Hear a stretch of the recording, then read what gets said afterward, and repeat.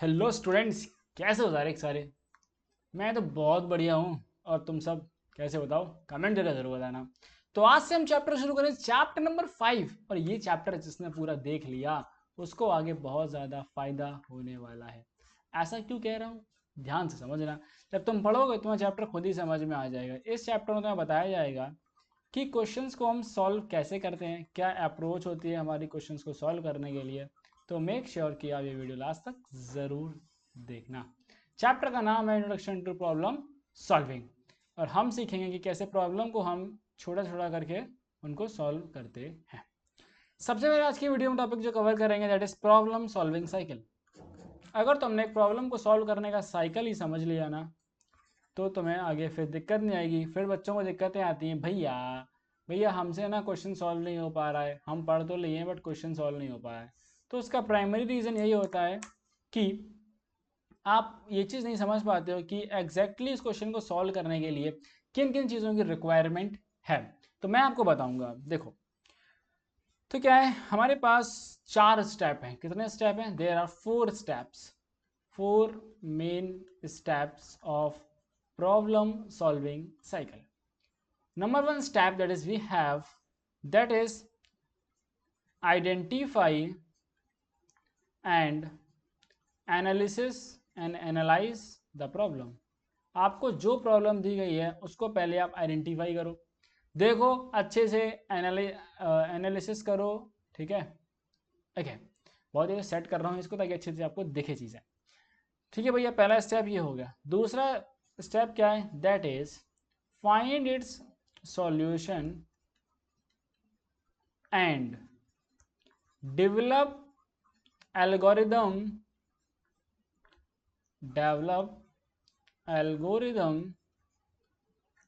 Of the solution. आपका जो भी सॉल्यूशन है उसका हम एक एल्गोरिदम डिजाइन करेंगे। क्या करेंगे? उसका एक एल्गोरिदम डिजाइन कर लिया जाएगा।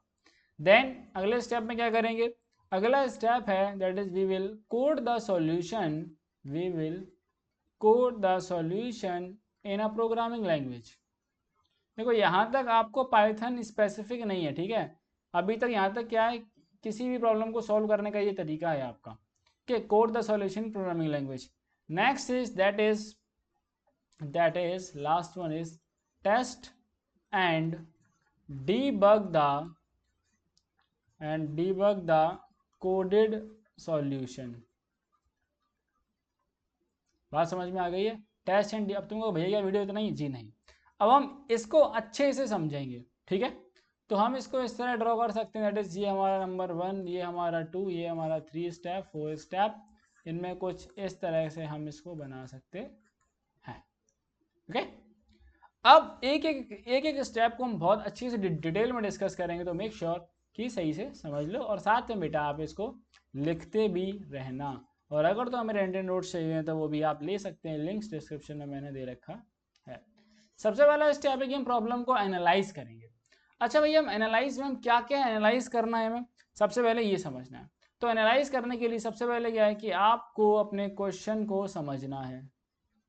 अंडरस्टैंड द प्रॉब्लम वेल, ठीक। Step number 2 will be there. अब देखो एनालिसिस में हम क्या क्या एनालाइज करेंगे। सबसे पहले हम आइडेंटिफाई करेंगे प्रोसेसिंग कंपोनेंट्स को। We will identify processing components. Next what we will do, we will check the identify the relationship among processing components। जो भी हमारे प्रोसेसिंग कंपोनेंट्स हैं उसमें क्या क्या रिलेशनशिप है, यानी कि कौन सी वैल्यू किस पर डिपेंड कर रही है, ये सारी चीज़ हम यहाँ एनालाइज करते हैं। एंड नेक्स्ट वन इज, यहाँ पे हमारा जो है फेज 1 खत्म हो जाता है। अब हमारा आएगा number 2, that is developing the algorithm. Just a second, that is developing the algorithm.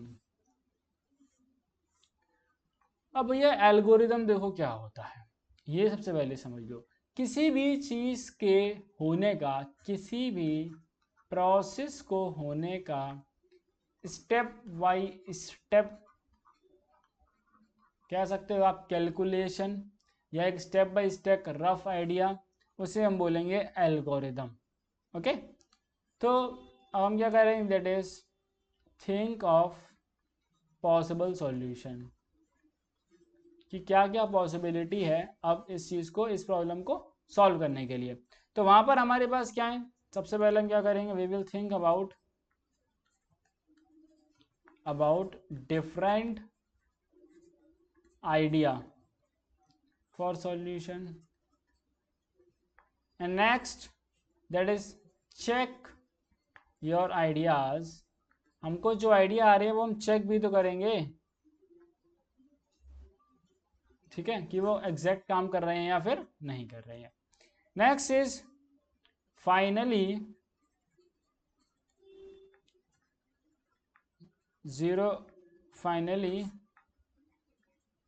Relay on most appropriate solution. जो आपको लगता है कि हाँ मेरी ये बिल्कुल सही अप्रोच है, हम अपने उसी पर रिलाई करेंगे, ठीक है, उस पर हम डिपेंड हो जाएंगे कि हाँ भैया इससे हम जो अपना सवाल सॉल्व करेंगे। देन अब हम क्या करेंगे, इसमें हमारा सब step that is follow modular approach. कौन सी अप्रोच, मॉड्यूलर अप्रोच को आपको हमेशा फॉलो करना है अपने एल्गोरिदम को डिज़ाइन करते टाइम पर, ठीक है, while designing most appropriate system. देखो इसके अंदर समझो, सबसे पहले हमें क्या करना है, सबसे पहले we will decide step by step solution, and then breaking down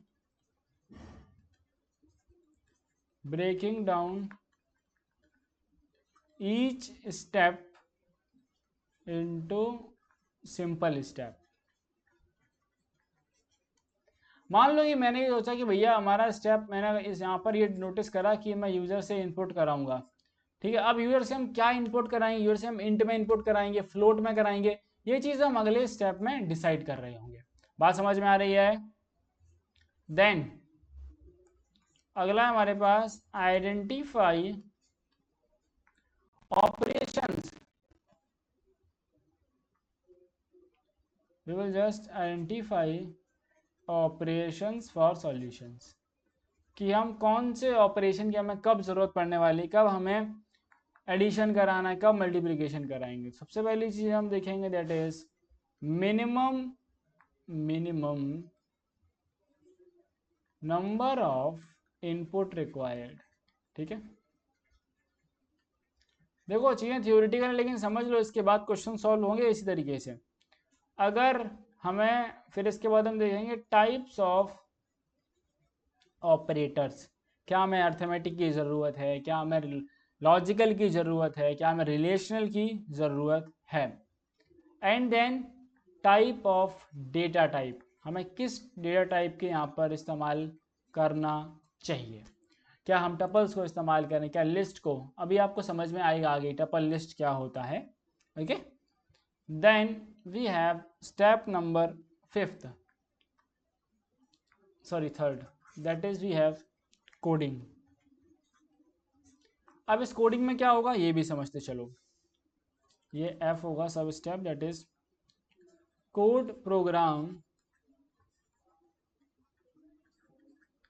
using appropriate control structure based on your algorithm, based on your data type, based on your operations। हम अपने कोड को अब कोड करेंगे, और इसमें स्ट्रक्चर में तो क्या क्या चीज़ें हमें ध्यान रखनी है, हमें ध्यान रखना है सबसे पहला कि हम इसमें कौन सा लूप का इस्तेमाल करना है। लूप को हम बोलते हैं इट इज कंडीशनल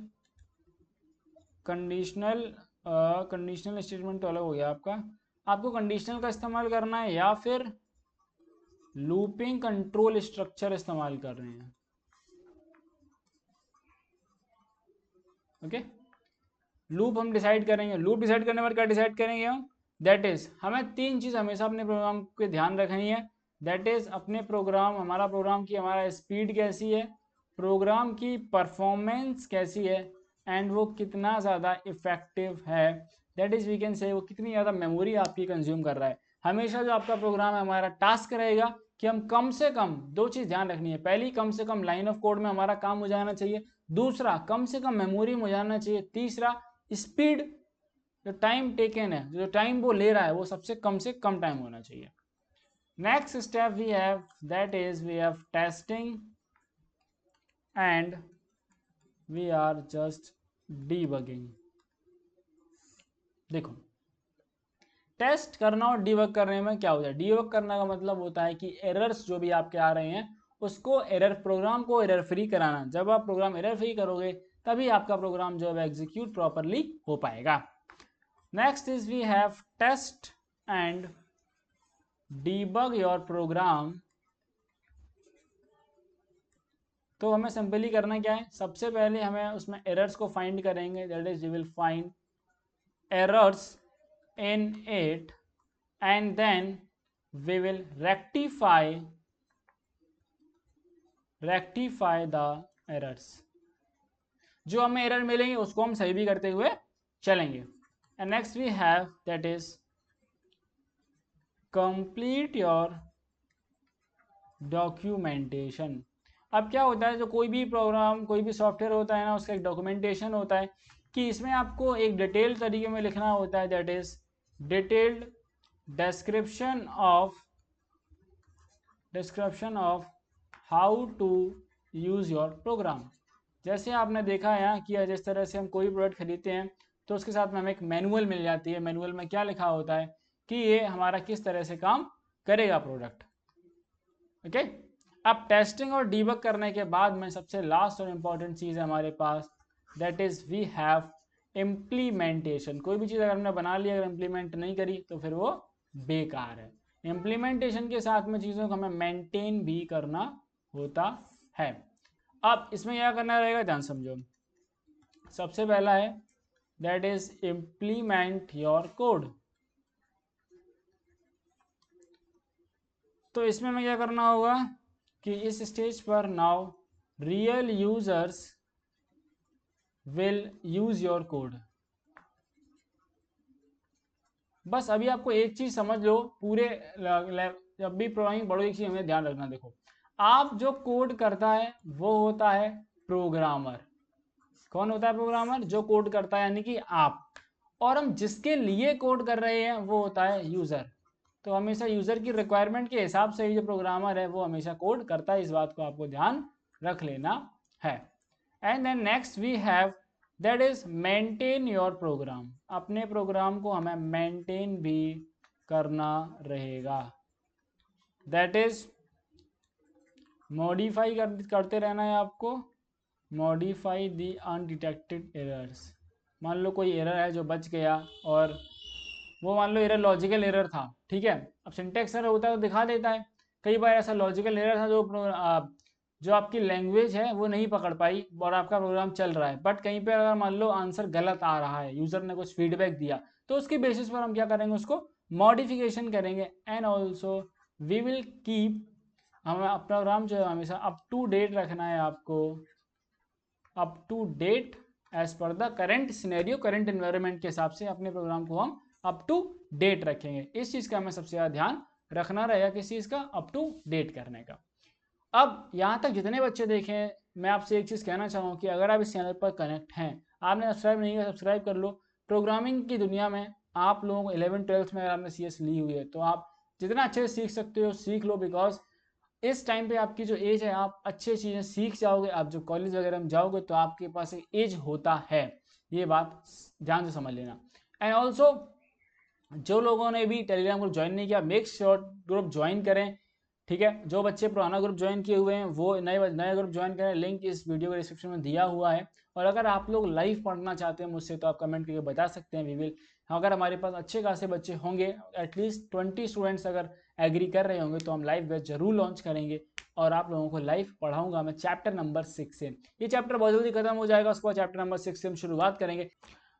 सबसे पहले टॉपिक जो कवर करेंगे दैट इज डिकम्पोजिशन। अब ये डिकम्पोजिशन क्या है? अब क्या है कि आप लोगों की आदत तो बहुत ख़राब है, क्योंकि सर भैया कैसी बात कर रहे हो आप, मेरी आदत ख़राब मतलब देखो, तुम क्या करते हो, तुमने वो केला खाया है ना, फॉर एग्जाम्पल ये तुम और तुम खा रहे थे बनाना, बनाना, और तुमने खा के फेंक दिया। कहाँ फेंक दिया? कहीं भी, रोड साइड फेंक दिया। कहाँ फेंका? Road side. अब कहोगे भैया ये कैसी कहानी है, ये कंप्यूटर में बनाना कहाँ से आ गया? ध्यान सुनो, देखो तो होता क्या है, वो जो बनाना है वो बनाना क्या होता है, स्टेप बाई स्टेप क्या होता है, स्टेप बाई स्टेप डिकम्पोज होता है। क्या होता है? डिकम्पोज होता है। तो हमें डिकम्पोजिंग का मतलब क्या समझ में आया? हमें समझ में आया कि एक कोई भी पर्टिकुलर चीज़ जैसे यहाँ बनाना है, उसको स्टेप बाय स्टेप उसका ब्रेक डाउन करना। क्या करना? स्टेप बाय किसी भी चीज़ का step by step break down करना, क्या बोलेंगे हम इसको? डिकम्पोजिशन। सो डिकम्पोजिशन क्या हुआ? It is a process of breaking down a big or complex problem into a set of smaller sub process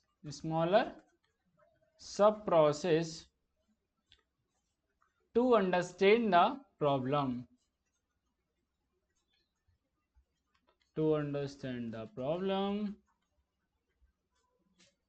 Is called decomposition. क्या बोलते हैं इसको हम? इसको हम बोलते हैं डिकम्पोजिशन। क्या बात समझ में आ गई? ठीक है। अब देखो, जैसे कि मान लो हमारे पास फॉर एग्जांपल एक स्कूल में एनुअल फंक्शन होना है। क्या होना है? एनुअल फंक्शन होना है, ठीक है? नहीं, सबसे अच्छा एग्जांपल देता हूँ। मान लो तुम्हें क्लास 12th के अंदर 95% स्कोर करना है, 95% प्लस स्कोर करना है। तो हम क्या करेंगे, अब इस प्रॉब्लम को हम डिवाइड करेंगे पार्ट्स में। सबसे पहले हम क्या देखेंगे, हम देखेंगे हमारे पास सब्जेक्ट कौन कौन से। तो हमें हमारा फिजिक्स हो गया, केमिस्ट्री, मैथ्स या बायो हो सकता है, और हमारे पास कंप्यूटर साइंस है और इंग्लिश है। तो अब हम क्या करेंगे, अब हम फर्दर सबको डिवाइड करेंगे कि भैया फिजिक्स जो है, फिजिक्स में क्या पढ़ेंगे, पहले हम कंसेप्ट करेंगे, फिर हम प्रैक्टिस करेंगे, फिर लास्ट में हम PYQ करेंगे। तो सेम चीज़ हम सब में करेंगे, सेम प्रोसेस हम में अप्लाई कर रहे हैं। तो हमने क्या किया, हमने अपना जो टास्क था, इस टास्क को एक छोटे छोटे सब प्रोसेस में डिवाइड किया। क्या किया? सब प्रोसेस में डिवाइड किया। पहले कंसेप्ट पढ़ेंगे फिजिक्स का, फिर हम केमिस्ट्री कंसेप्ट पढ़ेंगे, फिर मैथ के पढ़ेंगे, ऐसे ही कंप्यूटर के पढ़ेंगे और इंग्लिश के पढ़ेंगे। तो किसी भी एक बड़े टास्क को छोटे छोटे टास्क में डिवाइड करना, हम इसको बोलते हैं डिकम्पोजिशन। अब क्या है, देखो डिकम्पोजिशन की भैया हमें जरूरत क्यों पड़ी, ये अगला सवाल। Why there is a need of decomposition? तो देखो बात क्या है कि जितनी छोटी प्रॉब्लम है, प्रॉब्लम जितनी ही छोटी होगी वो उतनी ही जल्दी सॉल्व हो जाएगी। बात समझ में आई? अब इसी चीज को तुम्हें समझ में आएगा तो हम ऐसा ग्राफ बना देते हैं। इसका जो ग्राफ है वो कुछ इस तरह बनेगा, दैट इज इधर आएगा आपका प्रॉब्लम का साइज एंड इधर आपका रहेगा time, that will be exponential. कुछ इस तरह आपका ग्राफ बनेगा, जस्ट अगेन, ठीक है? कुछ इस तरह का हमारा ग्राफ बनेगा। जैसे जैसे हमारा प्रॉब्लम का साइज बड़ा होता जाएगा, जैसे हमारी प्रॉब्लम बड़ी होगी, वैसे वैसे हमारी जो प्रॉब्लम है उसको सॉल्व करने में हमें ज़्यादा टाइम लग जाएगा। जैसे मान लो कि अगर तुम्हें सिंपल सा सवाल दे दिया जाए x plus 2y equals to 10, इसमें अगर x की वैल्यू 0 है तो y की वैल्यू बताओ कितनी होगी, तो तुम बड़े आराम से सॉल्व कर दोगे। वहीं पे अगर मैं क्वेश्चन दे दूँ it is 25 times of x and 28.5 times of y is equals to minus of 28। कुछ इस तरह का अगर मैंने क्वेश्चन दे दिया और इसमें बोला कि x की वैल्यू फाइंड करो, ओके, x की वैल्यू फाइंड करो, y की वैल्यू है तुम्हारी 9.635 पर, तो क्या इसमें टाइम हमें कम लगेगा ना, इसमें टाइम ज़्यादा लगेगा। ओके, उम्मीद आप कंसेप्ट समझ गए होंगे। नेक्स्ट है सबसे इंपॉर्टेंट है यहाँ से इंपॉर्टेंट चीजें शुरू होती हैं आपके प्रोग्रामिंग के लिए, तो मेक श्योर अच्छे से पढ़ना। That is designing algorithms. अब हम एल्गोरिदम को कैसे डिजाइन करेंगे, एल्गोरिदम को कैसे डिजाइन करेंगे। अब देखो, अगर हम एक घर को बनाने की बात करें तो हमारे जो मिस्त्री होते हैं, ठीक है, जो इंजीनियर्स होते हैं, वो कहेंगे पहले ये तो बताओ घर होता क्या है। तो तुम भी कहोगे भैया ये बताओ पहले एल्गोरिदम जो है ये होता क्या है। अगर हम वर्ड्स में इसको समझना चाहें तो एल्गोरिदम बेसिकली कुछ नहीं है, एक स्टेप बाय स्टेप, एक स्टेप बाय स्टेप प्रोसेस है टू सॉल्व एनी प्रॉब्लम। किसी भी प्रॉब्लम को सॉल्व करने के लिए जो हम step by step process follow करते हैं उसको हम कहते हैं, ये उसका एल्गोरिदम है। अब अगर हम इसकी डेफिनेशन लिखना चाहें तो you can also right it that's it as it is a set of rules that define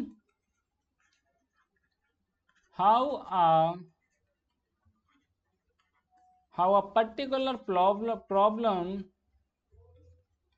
can be solved in finite number of steps is called algorithm। अब जब आगे जाओगे, अगर आप बीटेक करना चाहते हो, इंजीनियरिंग करोगे, तो आप ये ज़रूर, आपका एक सब्जेक्ट होता है दैट इज DSA। इसको हम बोलते हैं डेटा स्ट्रक्चर एंड एल्गोरिदम्स। ये आपका एक बहुत ही इम्पोर्टेंट सब्जेक्ट होता है बीटेक के अंदर। ओके, अब अगर हम आगे बात करें दैट इज कि भैया ये जो एल्गोरिदम है इसके कुछ पॉइंट्स में समझ लो, कुछ पॉइंट्स लिख लो। दैट इज किसी भी चीज़ के लिए हमारे पास जो नंबर ऑफ स्टेप्स होंगे क्या होंगे, that is each operation must B definite. यानी कि हर स्टेप में ये साफ हमें लिखना पड़ेगा कि हम करना क्या चाहते हैं।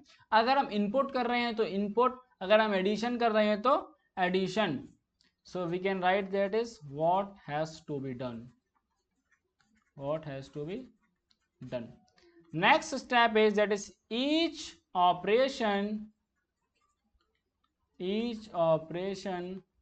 must be effective। इफेक्टिव से मतलब है कि मीनिंगफुल होना चाहिए। अगर आपने 2 नंबर का एडिशन करा है कोई स्टेप में, तो वो स्टेप जो है आपकी जो प्रॉब्लम है उसको सॉल्व करने में एक मीनिंगफुल कंट्रीब्यूशन करना चाहिए। ये नहीं कि आपने फालतू में एक स्टेप बढ़ा दिया, आपको ऐसा नहीं करना। बिकॉज हमें कुछ ही नंबर ऑफ फाइनाइट का मतलब क्या होता है, फिक्स नंबर ऑफ स्टेप में हमें काम करना है। That is next we have each operation must be finite, each operation must be finite. यानी कि अगर हमें किसी भी चीज़ को एक बार ऐड करना है तो हम सिर्फ एक ही बार ऐड करेंगे। ये नहीं कि हम उसको 2 बार ऐड करके अगले स्टेप में एक बार माइनस कर रहे हैं, ऐसा बिल्कुल नहीं करना है। हमें जो भी स्टेप्स हैं सबसे कम से कम स्टेप में हमें अपना जो प्रॉब्लम है उसको सॉल्व करना है। अच्छा, अब बात करेंगे एक अच्छा एल्गोरिदम किसको बोलेंगे हम, ठीक है। So we can write as that is it is a characteristics of an good algorithm। That is characteristics of an good algorithm। एक अच्छा एल्गोरिदम कैसा होता है ना, ये सोचने वाली बात है। चलो हम इस पे बात करते हैं। सबसे पहली चीज है, first point, that is precision. Precision. अब ये प्रिसीजन क्या होता है समझो। यानी कि हमें कम से कम स्टेप्स, फाइनाइट स्टेप्स के अंदर अपना एल्गोरिदम लिखना है। अननेसेसरी हम अपने स्टेप्स को नहीं बढ़ाएंगे। So we can write that is an algorithm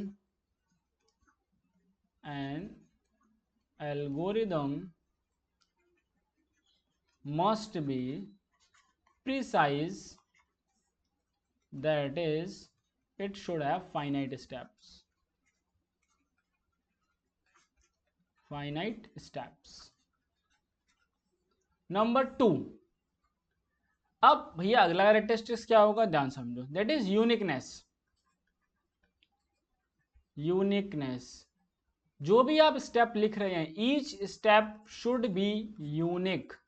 ऐसा नहीं है कि आपने जो स्टेप लिखा है वो प्रीवियस स्टेप से मैच कर रहा है, आपने अननेसेसरी स्टेप बढ़ा दिया, ऐसा बिल्कुल नहीं करना है हमको। Next we have that is finiteness. Finiteness that is कि आपको कोई भी स्टेप्स जो है वो रिपीटेशन नहीं होना है, यहाँ पे क्या नहीं होना है, रिपीटेशन बिल्कुल भी अलाउड नहीं है। ठीक है, एक step, one step only one time. Next the characteristics is input. आपको जो एल्गोरिदम है उसको एक स्पेसिफिक इनपुट चाहिए होता है। जैसे कि देखो, अगर आप मान लो आप एल्गोरिदम लिख रहे हो 2 नंबर को ऐड करने का, क्या लिख रहे हो, 2 नंबर को ऐड करने का एल्गोरिदम है, तो हमें इनपुट में क्या चाहिए, 2 नंबर चाहिए। अगर हम 2 स्ट्रिंग्स को ऐड करने का एल्गोरिदम लिखेंगे तो हमें 2 स्ट्रिंग्स चाहिए। So depending on the problem हमारा जो एल्गोरिदम होगा वो बदल रहा है, तो उसमें इनपुट्स जो है वो भी हमारे चेंज हो रहे हैं। And next we have output. तो अब जो आउटपुट है वो हमारा 2 चीज पर डिपेंड करेगा, पहला कि प्रॉब्लम क्या है, एंड नेक्स्ट कि हमने इनपुट क्या लिया हुआ है। हमेशा जो हमारा आउटपुट है वो प्रॉब्लम के बेसिस पर जनरेट करना है हमको, ये बात हमें ध्यान रखनी है। ओके, चलो ये तो बात हो गई कैरेक्टरिस्टिक्स की। अब हम बात कर लेते हैं, that is we have components of algorithm. Components of an algorithm. अब देखो, कंपोनेंट्स की बात करेंगे तो एक एल्गोरिदम किस किस चीज से मिलकर के बनता है, ये उसके क्या होते हैं, कंपोनेंट्स होते हैं। सबसे पहले हम बात करेंगे that is we have input. सबसे पहले हमारे पास क्या आएगा, इनपुट आएगा, and that is the input, the number of input and type of input, and type of input. आपको कितने नंबर ऑफ इनपुट रिक्वायर्ड होंगे और कितने टाइप के इनपुट्स आपको चाहिए होंगे, ये हम इनपुट में बात करेंगे। Next we will talk about input के बाद क्या करते हैं हम, प्रोसेसिंग। जब भी कोई भी हम किसी भी टास्क को अगर हम बात करें तो उसे ब्रेक करेंगे आईपीओ प्रिंसिपल के according, that is input, processing and output. अब क्या होगी, प्रोसेसिंग होगी। तो प्रोसेसिंग में हम ये बात करेंगे दैट इज कि how we will process, how the input will be process, how the input will be processed to generate output, to generate the required output। ठीक है, जो हमें आउटपुट चाहिए है उसको पर्टिकुलर हमें जनरेट करने के लिए अपने इनपुट को किस तरह से हमें प्रोसेस करवाना है, ये हम बात करेंगे प्रोसेसिंग के अंदर। Next that is output.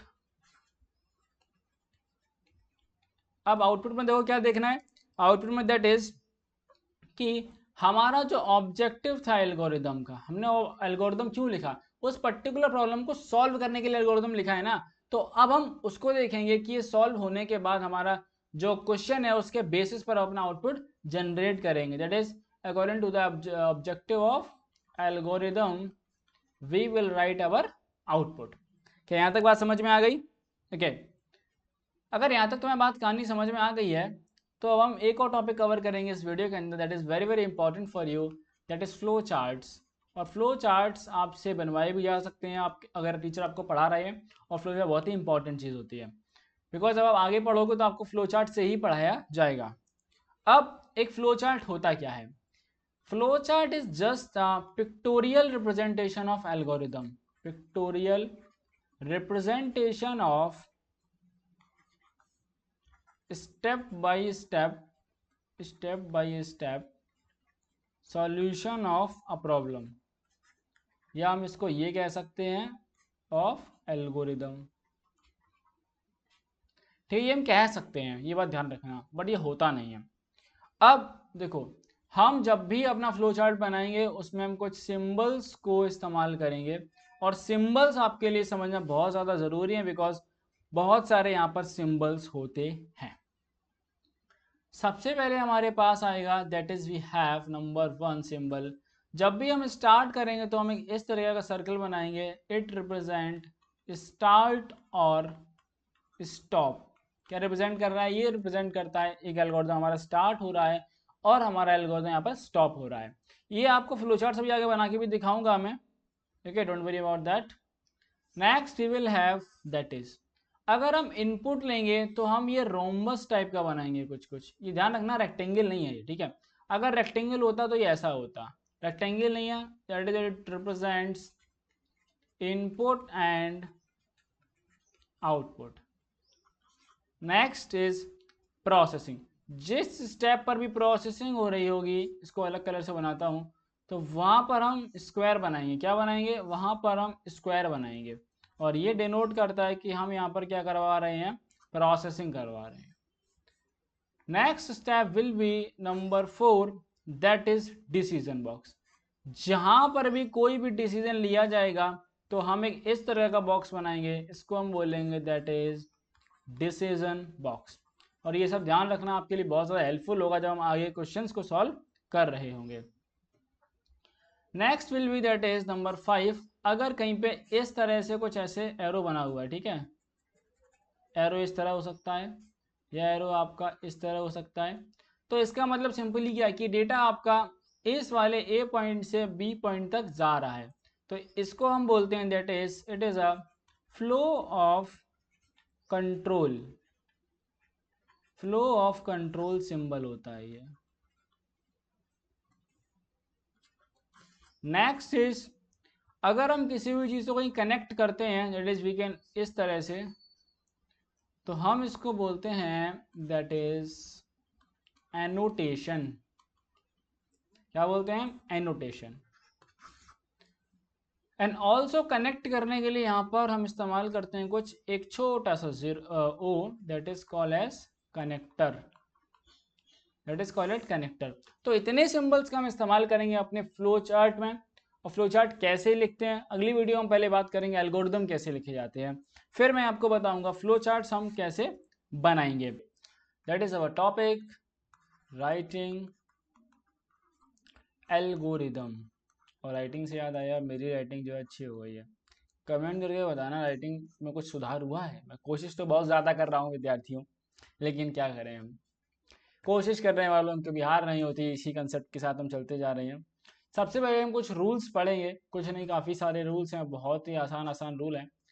पहला रूल नंबर 1 है दैट इज आइडेंटिफायर्स। अब एक एक रूल को हम आसानी से ब्रेक करते करते समझते चलेंगे। दैट इज आइडेंटिफायर में क्या करना है? पहली बात तो आइडेंटिफायर होता है क्या है? आइडेंटिफायर मैंने आपको अभी तो आप नहीं पढ़े हो, चैप्टर नंबर 5 चल रहा है। तो आइडेंटिफायर क्या होता है कि these are the names, these are the names given to various components। यानी कि देखो प्रोग्राम में क्या होता है, एक प्रोग्राम के अंदर बहुत सारे कंपोनेंट्स होते हैं जिसको हम नाम देते हैं, और जो हम नाम देते हैं उसी को कहते हैं identifiers. To various components of program is called identifier. अब इसमें सबसे पहला बात हमें ये ध्यान रखना है, it is names should be short. Name जो है वो शॉर्ट होने चाहिए एंड मीनिंगफुल नेम होने चाहिए। कैसे नेम होने चाहिए?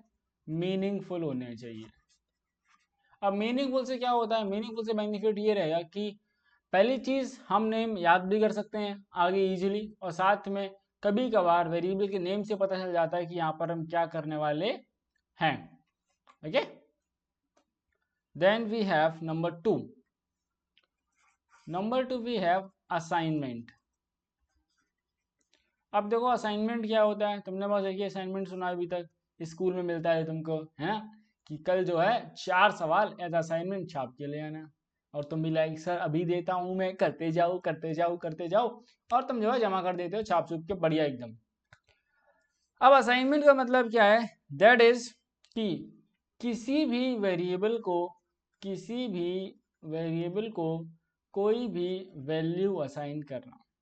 क्या करना, कोई भी वैल्यू असाइन करना। और हम कैसे करते हैं, सिंपली अगर मेरा एक्स वेरिएबल है तो हम इसको 10 लिख देंगे। एक्स इक्वल्स टू 10 इसका मतलब हो गया कि एक्स को 10 जो है असाइन कर दिया गया है। क्या कर दिया गया है, असाइन कर दिया गया है। ओके, अब इसको आप ऐसे भी लिख सकते हो, आप चाहो तो ऐसे भी लिख सकते हो। ये एल्गोरिदम लिखने का तरीका है। एल्गोरिदम में हम ऐसे लिखेंगे और प्रोग्रामिंग लैंग्वेज में हम ऐसे लिखते हैं। ओके, अब बात करते हैं नंबर 3 पे आ जाते हैं। That is we have sequence. अब भैया ये सीक्वेंस क्या है, तो ध्यान से ये भी समझ लो। That is the steps of, these are the steps of an algorithm. यानी कि इस वाले स्टेप के बाद कौन सा वाला, जो इस वाले पर्टिकुलर स्टेटमेंट के बाद जैसे पहले 1 चलेगा, फिर नंबर 2 चलेगा, फिर नंबर 3 चलेगा। तो ये क्या है, सीक्वेंस है स्टेटमेंट्स का, कि इस सीक्वेंस में स्टेटमेंट जो है वो एग्जीक्यूट हो रहे होंगे। Algorithms are executed in the sequence of top to bottom। यानी जो चीज़ पहले होगी वो सबसे पहले लिखी जाएगी। जैसे अगर हम बात करें, घर में सब्जी बनने वाली है, ठीक है, बेसिक सा एग्जांपल, तो सबसे पहले तो कढ़ाई में तेल डाला जाएगा, उसके बाद टमाटर डाला जाएगा, फिर प्याज डाला जाएगा, फिर मसाले डाले जाएंगे, फिर सब्जी डाली जाएगी। अब ऐसा तो नहीं होगा ना कि पहले सब्जी डाल दी, फिर मसाले डाल दिए, फिर प्याज डाल दिया, फिर तेल डाल दिया, तो फिर सब्जी तो नहीं बनेगी, फिर कुछ और बन जाएगा जो कि बिल्कुल खाने के लायक नहीं होगा। तो हमें क्या करना है, हमें जो स्टेप्स हैं उनके सीक्वेंस का ध्यान रखना है। क्या बात समझ में आई? अरे क्या आया, नहीं आया?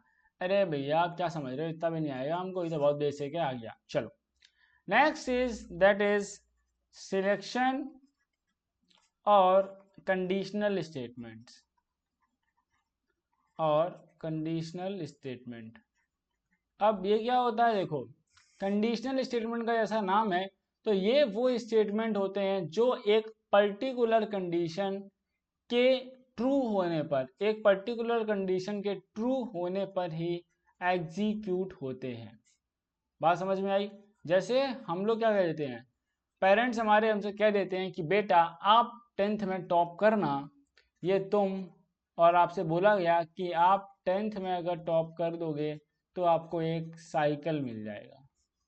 ऐसा बोला जाता है ना, सब जगह सबके घर में अलग अलग बोला जाता है। अगर आप 10th टॉप करोगे तो आपको ये मिल जाएगा, आपको फ़ोन मिल जाएगा, है ना। तो इसमें क्या हो गया, इसमें एक कंडीशन लग गई है। क्या कंडीशन है, कंडीशन है यहाँ पर 10th के टॉप होने की। ये क्या है तुम्हारी कंडीशन। अगर ये कंडीशन ट्रू होगी, अगर ये कंडीशन ट्रू होगी, तभी ये जो पूरा स्टेटमेंट है वो एग्जीक्यूट होगा, यानी कि तभी तुमको क्या मिलेगी, साइकिल मिलेगी, है ना। मुझे भी साइकिल मिली थी, नहीं मुझे तो अच्छी मस्त चीज़ मिली थी, मुझे फ़ोन मिला था। मुझे नहीं लगता कि आप लोगों को 10th के बाद फ़ोन लेना चाहिए, पर्सनल एक्सपीरियंस से बता रहा हूँ। अब कंडीशनल स्टेटमेंट के बारे में थोड़ा एक दो लाइन लिख लो। That is conditional statement in an algorithm takes the following form,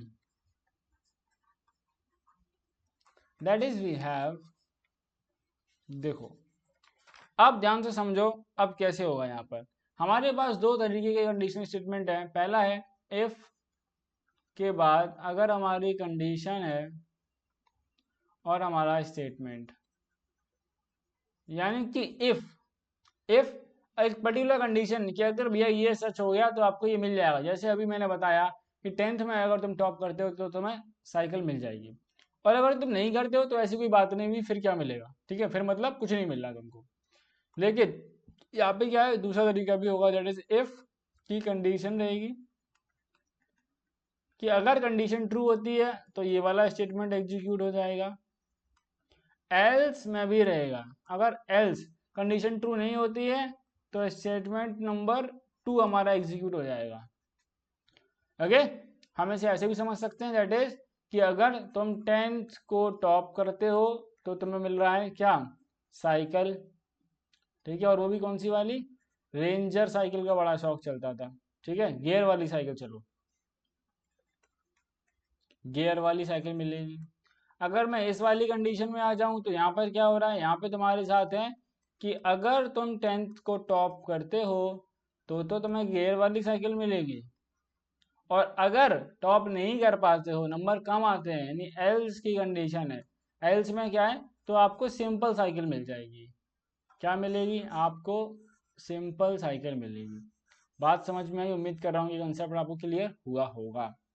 अब हम इसका देखो, हम जो है इसमें डायग्राम कैसे बनेगा इसका, दैट इज वी हैव,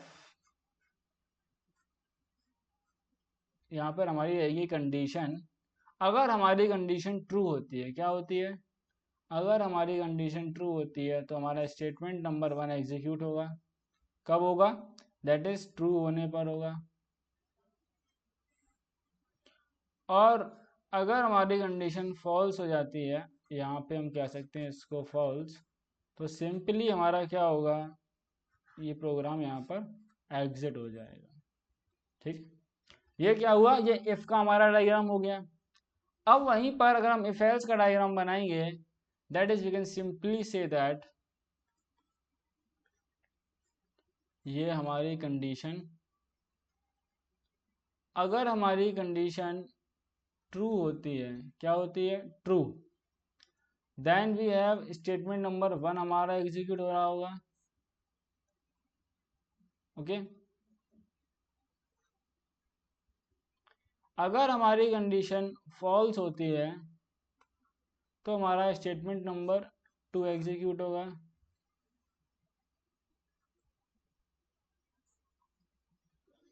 क्या इतनी बात समझ में आई, क्या इतनी बात समझ में आई। स्टेटमेंट नंबर 1 और 2 आपका ये दिया गया है, इफ और एल्स, और ये इफ की कंडीशन है। ओके, अभी जितने अच्छे समझ लोगे उतना आपको आगे दिक्कत नहीं, बिकॉज आगे आपको ये सारी चीजें बहुत ज्यादा पढ़नी पड़ेंगी। Next is that is repetition looping statement. अगर कोई भी चीज को आपको रिपीट कराना रहेगा, कोई भी चीज आपको रिपीट करानी, रिपीटेशन कहीं पर हो रहा, तो हम वहां पर प्रोग्रामिंग के अंदर लूप का इस्तेमाल करेंगे। किसका इस्तेमाल करेंगे, लूप का। इसको एक और नाम दिया जाता है, that is it is also known as iterative statements. Iterative का मतलब होता है बार बार। ठीक है, जो स्टेटमेंट्स आपको बार बार चलाने हैं वो हम लूप की सहायता से उनको एग्जीक्यूट करवाते हैं। दैट इज, तो इसको हम ऐसे लिख सकते हैं, दैट इज कि it helps you to execute a set of statements, a set of statements depending upon condition। यानी कि इस पर डिपेंड कर रहा है कंडीशन पे, अगर आपकी कंडीशन ट्रू होगी तभी ये चलेगा। तो हमारे पास दो लूप होते हैं, that is we have our for loop and while loop. कौन कौन सा लूप है, फॉर लूप है हमारे पास और वाइल लूप है। अब हम फॉर लूप के लिए सबसे पहले अगर बात करें, दैट इज वी हैव, अगर हम फॉर लूप की बात करें तो फॉर लूप का सिंटैक्स हमारा कुछ इस तरह से होता है। अभी समझ लो थोड़ा थोड़ा, आगे जब हम पढ़ेंगे तो फॉर लूप बहुत डिटेल में पढ़ेंगे तो बहुत अच्छे समझ में आएगा। दैट इज फॉर के बाद आएगा आपका वेरिएबल, इन के बाद आएगा आपका सीक्वेंस, एंड देन यहाँ आपके आएंगे स्टेटमेंट। एक बात अभी पहले से बता दे रहा हूँ, दैट इज सिंटैक्स लिखा है इसलिए, जब भी आपका कॉलन साइन लगेगा पाइथन के अंदर तो उसके बाद से क्या होगा, उसके बाद जो भी स्टेटमेंट लिखे जाएंगे वो एक ब्लॉक के अंदर होंगे। अब भैया ब्लॉक क्या होता है, ब्लॉक का मतलब ये होता है कि इसके बाद के जो भी स्टेटमेंट आपने लिखे हुए हैं, अगर ये कंडीशन जो यहाँ लिखी है ये अगर ट्रू होती है, ओके, अगर मतलब ये लूप चलता है तो आपके सारे स्टेटमेंट एग्जीक्यूट होंगे। ये बात आपको ध्यान में रखनी है। ओके, अब अगर हम इसको इसका डायग्राम बनाना चाहें, ठीक है, इसका अगर एल्गोरिथम लिखना चाहें, that is we can write simply as start then for item in sequence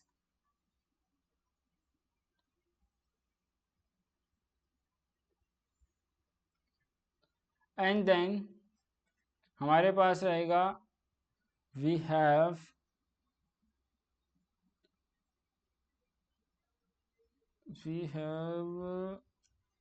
just a second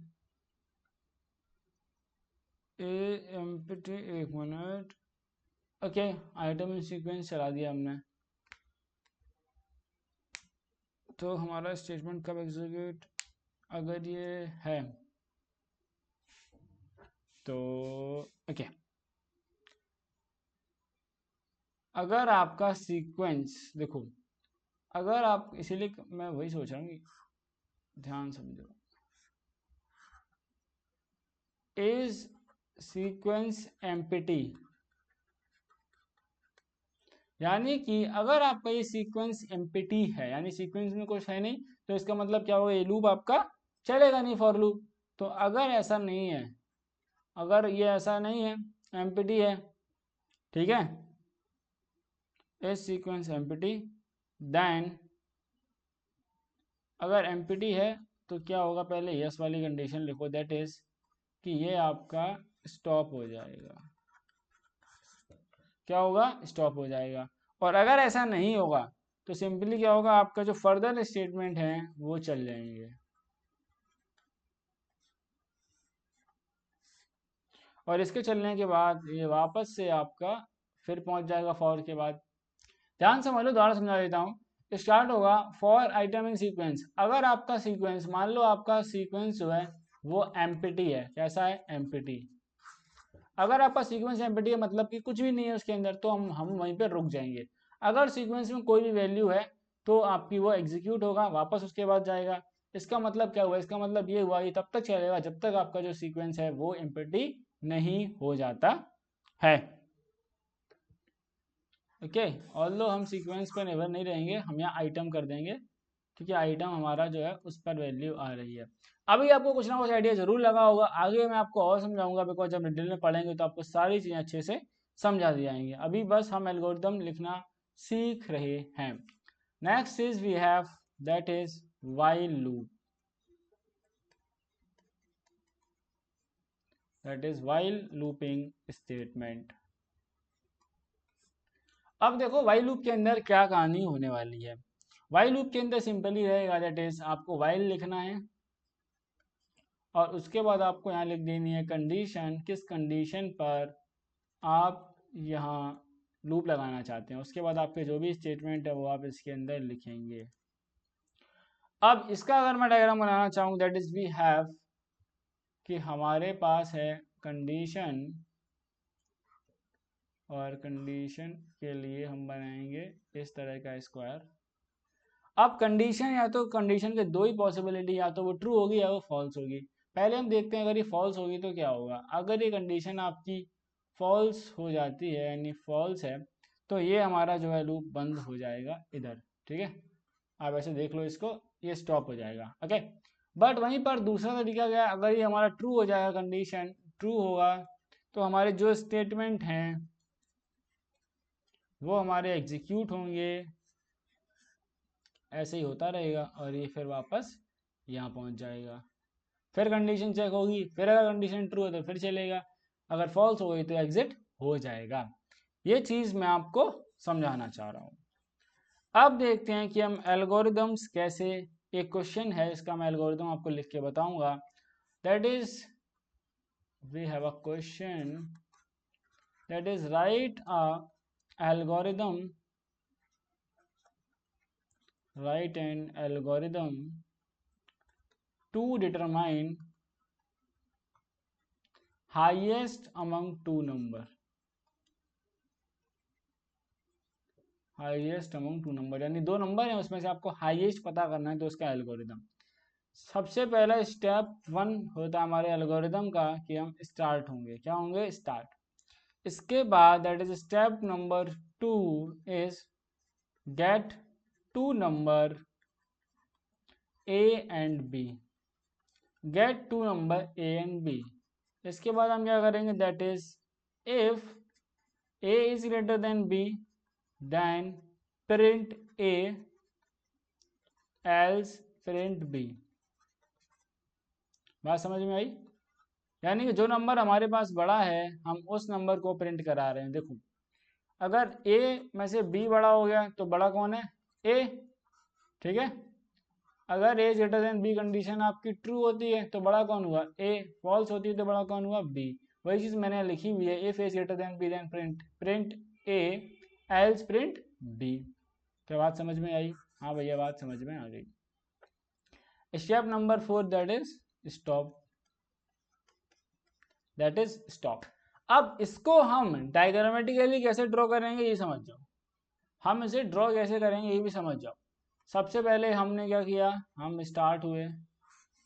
इसके बाद जब भी हमें यूजर से इनपुट चाहिए होगा तो हम स्क्वायर शेप बनाएंगे, that is read of rhombus बनाएंगे। सॉरी पिछली बार ही मैंने बताया था, कंफ्यूज मत होना, ठीक है। और आपको चेक करा देता हूँ, पिछली बार का लेक्चर देखो मैंने यही पढ़ाया था ऊपर। प्रोसेसिंग इनपुट अगर लेना है तो आपको इस टाइप का शेप बनाना होगा, ओके। तो हमने क्या रीड A एंड B करा लिया। अब इसके बाद हमें कंडीशन लगी है हमारी, तो हमें कंडीशन लगाएंगे, दैट इज कंडीशन क्या है, अगर A is greater than B होगा देन, अगर इसको ये हमारी क्या हो गई, ट्रू हो गई अगर, then we will simply print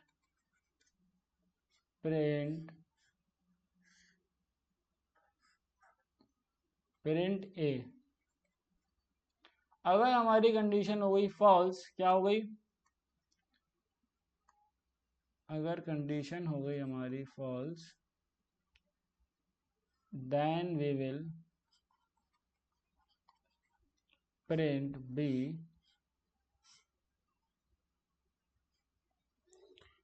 and then हमारा फाइनली जो प्रोग्राम है वो स्टॉप हो जाएगा।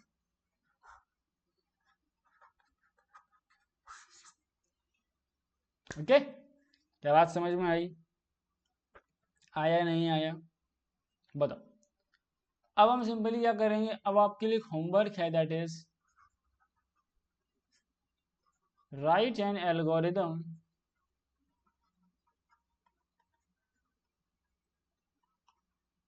to find area of triangle, question number 1। question number 2, that is write an algorithm to find area of rectangle। then question number 3, write an algorithm to find area of square, okay। and also you can write an algorithm to find a number is even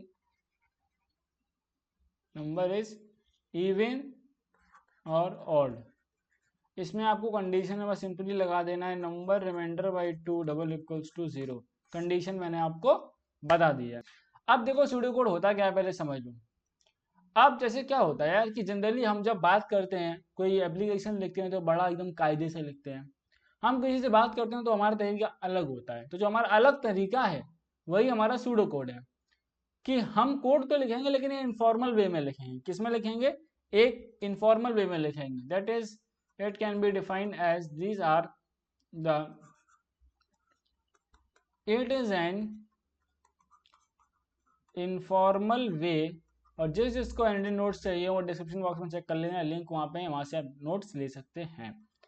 link informal way of describing the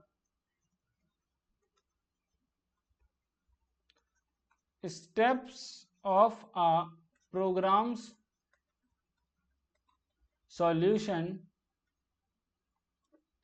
without, सबसे important, without any strict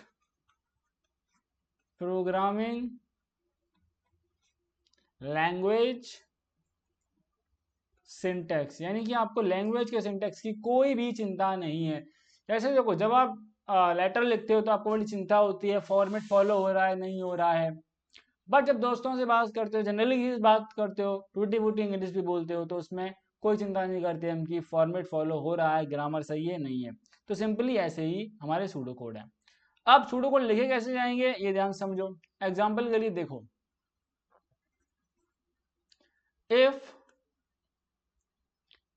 student marks is greater than or equal to, just second, or equal to 50, then display pass, else display fail। तो क्या है, जो हमारे programme के, अगर हम इसको प्रोग्रामिंग लैंग्वेज में लिखेंगे तो हम अलग तरीके से लिखेंगे। तो हम कैसे लिखेंगे, फिर हम यहाँ लिखेंगे, इसकी जगह लिखेंगे इफ स्टूडेंट मार्क्स के हम सिंपली वेरिएबल लगाएंगे, मार्क्स इज ग्रेटर देन और इक्वल टू 50। ये क्या, ये हमारा प्रोग्रामिंग लैंग्वेज में लिखेंगे। लेकिन हमने सूडो कोड कैसे लिखा है, इसको वर्डिंग्स में लिखा हुआ है। कैसे लिखा है, हमने उस चीज को वर्डिंग्स में लिख दिया है। क्या बात समझ में आई। अब भैया हर चीज के जो यार दो चीज होती हैं, पहले ही पॉजिटिव, जिसको तुम देखते ही नहीं हो, तुम्हें नेगेटिव देखने की आदत है। हाँ, ऑलमोस्ट हम सबको ही होती है। सो एडवांटेजेस होते हैं इसके और दूसरे होते हैं डिसएडवांटेजेस। अब इसके पहले एडवांटेजेस देख लेते हैं। That is it uses a language similar to everyday English. That is, it is very easy to understand।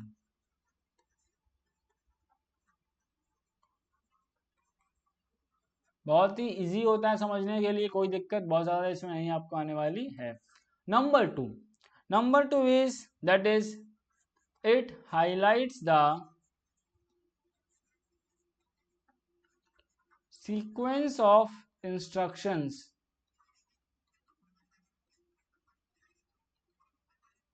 It highlights the sequence of instructions, यानी किस प्रकार से आपके जो इंस्ट्रक्शंस है वो फॉलो किए जाएंगे। Number third is that is the structure of algorithm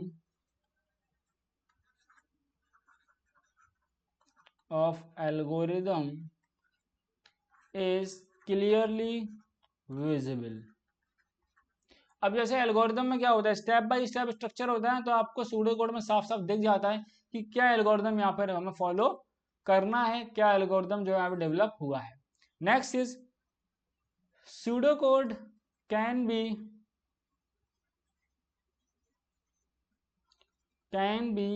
easily modified। Pseudo codes can be easily modified without any dependencies। इसका मतलब है, जैसे मान लो आप कोई भी एल्गोरिदम लिख रहे हो, आपकी कंडीशन गलत हो गई तो आपका एल्गोरिदम आगे गलत हो सकता है। लेकिन सूडो कोड में ऐसा कुछ नहीं है, अगर थोड़ी बहुत गलती हुई तो आप बड़े आराम से इसको बहुत ही बड़े ही प्यार से आप इसे मॉडिफाई कर सकते हैं। नेक्स्ट इज वी हैव इसके disadvantages. That is disadvantages of pseudo code. तो यार इतनी मेहनत में पसीने में वीडियो बनाने के लिए एक लाइक कर देना, ठीक है। वैसे तो हम लाइक नहीं करते हो, बहुत सारे बच्चे नहीं करते हैं। That is it is not a visual tool like flow chart. अब जैसे मैंने पिछली वीडियो को फ्लो चार्ट्स बना के दिखाई, तो उसमें क्या है, उसमें आप बहुत इजीली नेविगेट कर पा रहे थे कि अगर ये कंडीशन ट्रू है तो क्या होगा, ये फॉल्स है तो क्या हो रहा है। बट इसमें ऐसा नहीं है, इसमें आपको पूरा सूडो कोड पढ़ना पड़ेगा, तब आपको गलती पता कर पाओगे। Okay, that is there is no standard for pseudo code, यानी कि इसका कोई स्टैंडर्डाइजेशन ही नहीं है, यानी आप जैसे चाहो आप इसको वैसे लिख सकते हो, आपकी मर्जी है, आपके ऊपर है ये। तो इससे दिक्कत भी है। अब क्या स्टैंडर्डाइजेशन अगर होता है चीज़ों का, तो मान लो मेरा सूडो कोड कोई दूसरा बंदा पढ़ेगा, तो मैंने पता नहीं किस भाषा में लिखा हो, मैंने अपनी व्हाट्सएप लैंग्वेज में लिख दिया हो, तब भी आपका सूडो कोड सही है, ठीक है। अब हो सकता है उसको व्हाट्सएप भाषा ना आती हो, तो वो मेरा सूडो कोड नहीं समझ पाएगा। Okay, next we have that is it can only be tested on paper। Pseudo code जो है वो सिर्फ पेपर के लिए इस्तेमाल, पेपर पेन से ही आप लिख सकते हैं, समझ सकते हैं। कोई भी इसका जो है no program is available to run online या run on software, no program is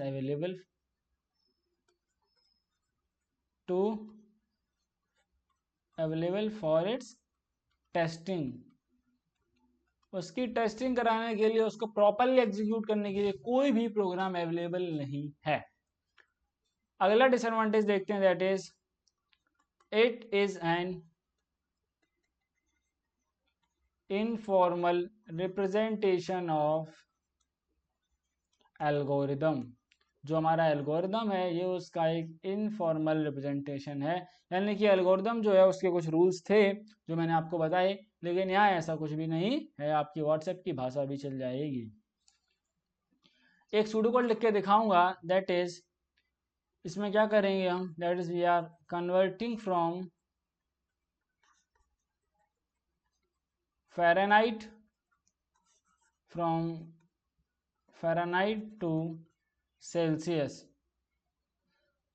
okay, और उल्टा भी करेंगे हम, Celsius to Fahrenheit, depending on user choice, depending on choice of user. That is, अब थोड़ा ध्यान से समझना। देखो सबसे पहले क्या करेंगे, सबसे पहले हम उसको यूजर को मैसेज दे देते हैं, print 1 for Fahrenheit to Celsius and 2 for Celsius to Fahrenheit. इसके बाद क्या करेंगे, एक कोई नंबर लिया x, यूज़र को मैसेज देंगे इनपुट और नंबर। बात समझ में आई? इसके बाद क्या करेंगे, अगर 1 इज प्रेस्ड, अगर यूज़र ने 1 प्रेस किया तो हम सिंपली क्या करेंगे, c is equal to 5/9 multiply by f minus 32, ये फॉर्मूला होता है कन्वर्ट करने का, और हम प्रिंट करा देंगे print c as output, print c। ठीक है, तो ये क्या हो गया, फ़ारेनहाइट सेल्सियस में हमारा कन्वर्जन हो गया है। एल्स इफ, अगर 2 प्रेस करा गया, if else if 2 is pressed, अगर हमने 2 को प्रेस किया तो हम क्या करेंगे, Fahrenheit is equal to 9/5 multiply by c plus 32, और हम प्रिंट करा देंगे f को, फ़ारेनहाइट को। इसके अलावा भी यूज़र कुछ भी दबा सकता है। देन एल्स प्रिंट हम उसे मैसेज दे देंगे enter valid entry, that is 1 और 2। 1 और 2 आपको दिख नहीं रहा होगा, या लिख देता हूँ 1 और 2। तो इस तरीके से हम सूडो कोड्स लिखते हैं। वेरीफाइंग एन एल्गोरिदम, यानी हमने जो एल्गोरिदम बनाया है हम उसको करेंगे वेरीफाई। अब भैया वेरिफिकेशन से मतलब क्या हो गया, वेरिफिकेशन से मतलब ये है कि जो हमारा एल्गोरिदम है क्या वो रिक्वायर्ड आउटपुट दे पा रहा है या फिर नहीं दे पा रहा है। क्योंकि हमने जो एल्गोरिदम जिस चीज़ के लिए डिज़ाइन करा है, क्या वो काम वैसे हो रहा है या नहीं हो रहा है। अगर आप इस चैनल में पहली बार आए तो लेक्चर को पूरा ज़रूर देखें, उसके बाद अच्छा लगे तो लाइक करें, साथ में अपने फ्रेंड्स तक शेयर ज़रूर कर देना। अब हम बात करेंगे कि एल्गोरिदम को वेरीफाई करने के लिए हम जिस प्रोसेस का इस्तेमाल करते हैं उसको हम कहते हैं ड्राई रन। क्या कहते हैं, ड्राई रन। अब जैसा कि ये नाम दिख रहा है कि ड्राई रन है, मतलब हम अपने एल्गोरिदम को रन तो कराएंगे बट किसी भी सॉफ्टवेयर पे नहीं, बट हम खुद से रन करेंगे। ओके तो इसको हम बोलेंगे that is it is a process of a programmer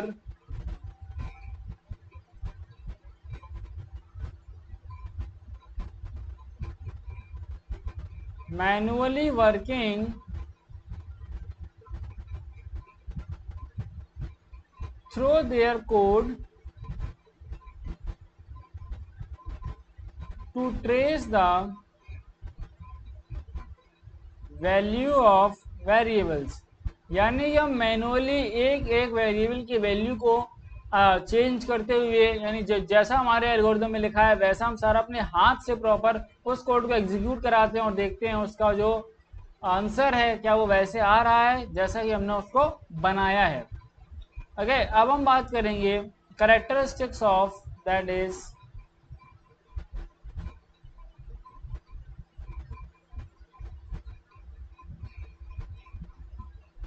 characteristics of dry run. Dry run जो हम करा रहे हैं इसके क्या क्या कैरेक्टरिस्टिक्स हो गए हैं ये देखते हैं अब हम। सबसे पहले हमारे पास है that is number 1, that is it is carried out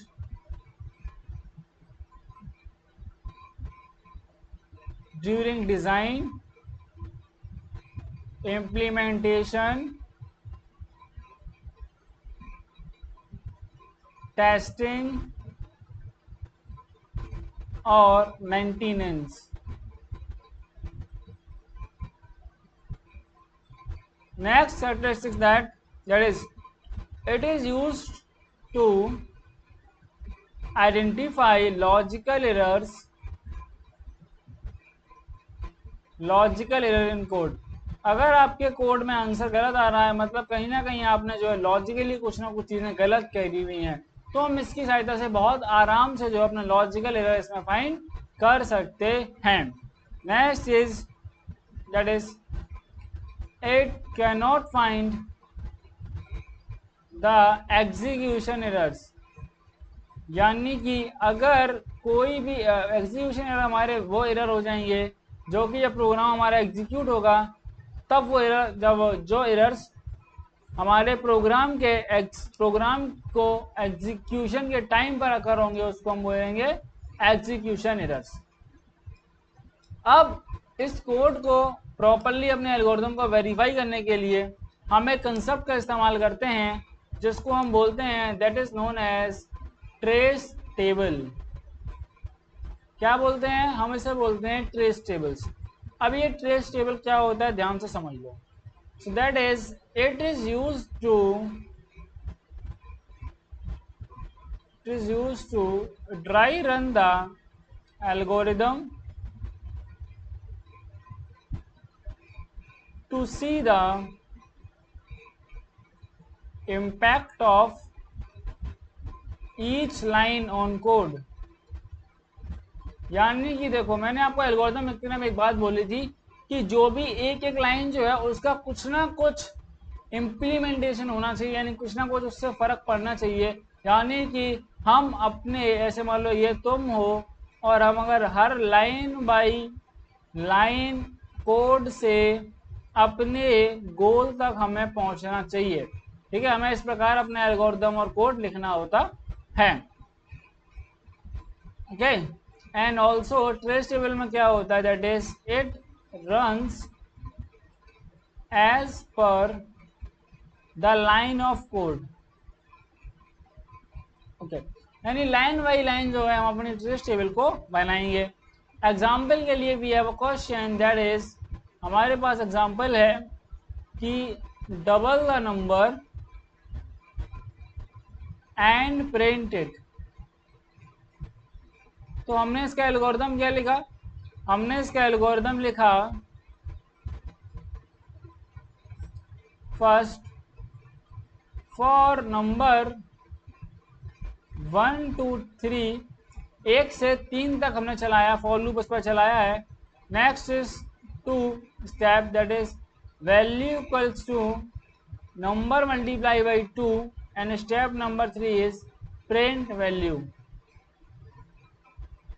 बात समझ में आई? 3 स्टेप है, पहला फॉर लूप चलाया 1 से लेकर हमने 3 तक। ठीक है, एंड जो नंबर आएगा उसको डबल करेंगे और हम उसको प्रिंट कराएंगे। अब देखो मेरी जो टेबल है वो कैसे बनेगी। ओके तो मैं एक काम करता हूँ, इसको उठा करके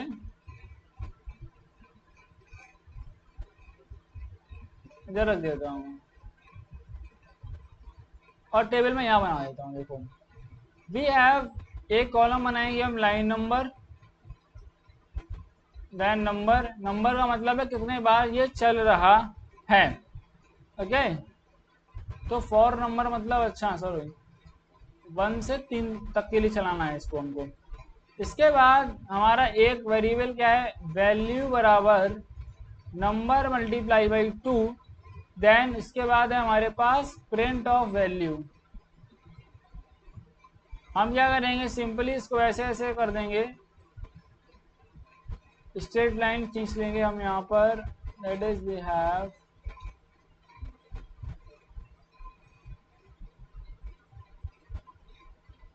एक लाइन और ले लेता हूँ।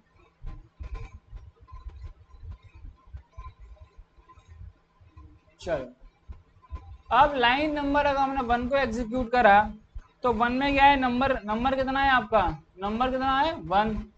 ओके लाइन नंबर 2 पर आए, लाइन नंबर 2 पर आओ तो यहाँ क्या हो रहा है, value equal to number multiply 2, तो कितना हो जाएगा आंसर आपका 2। लाइन नंबर 3 पर आएंगे हम तो क्या हो जाएगा, प्रिंट वैल्यू, तो वैल्यू कितनी प्रिंट हो जाएगी आपकी 2 प्रिंट हो गया। ओके अब सेम चीज जो है वो हम करेंगे किसके लिए, that is for line, that is for number 2। तो हम इसमें यहाँ लिख लेंगे अब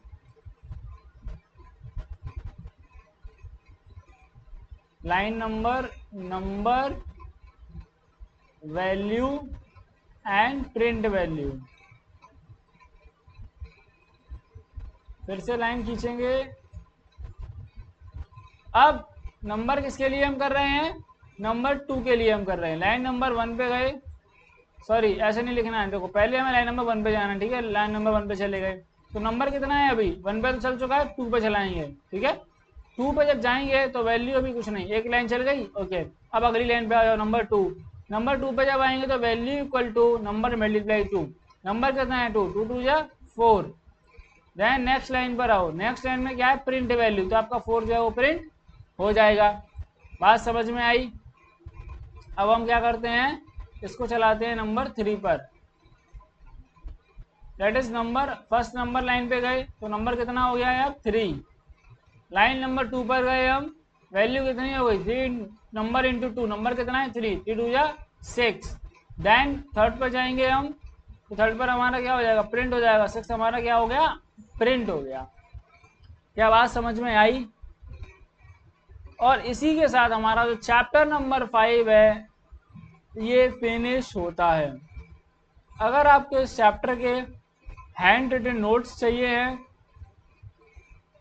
तो मेक श्योर लिंक जो है वो डिस्क्रिप्शन में दिया हुआ है, आप वहां से ले सकते हैं, चैनल को सपोर्ट कर सकते हैं। और मेक श्योर कि आप इस चैनल को सब्सक्राइब करें एंड ऑल्सो अपने सभी दोस्तों के साथ शेयर करें। ये कहानी चैप्टर नंबर 1 से 5 तक की कहानी समाप्त होती है। अब चैप्टर नंबर 6 से शुरू होगी एक नई कहानी। जिसने 5 अच्छे से पढ़ा होगा उसको 6 में बहुत ज़्यादा हेल्प मिलेगी, 7 में भी हेल्प मिलेगी। और 6 की डिमांड सबसे ज़्यादा थी कि भैया चैप्टर नंबर 6 कब आएगा, स्कूल में शुरू हो गया आपने शुरू नहीं कराया। आपका स्कूल में सिलेबस, उससे आपका स्कूल में सिलेबस जब खत्म होगा उससे पहले मैं इन डिटेल सिलेबस खत्म करा दूंगा और ऐसा सिलेबस खत्म करा दूंगा।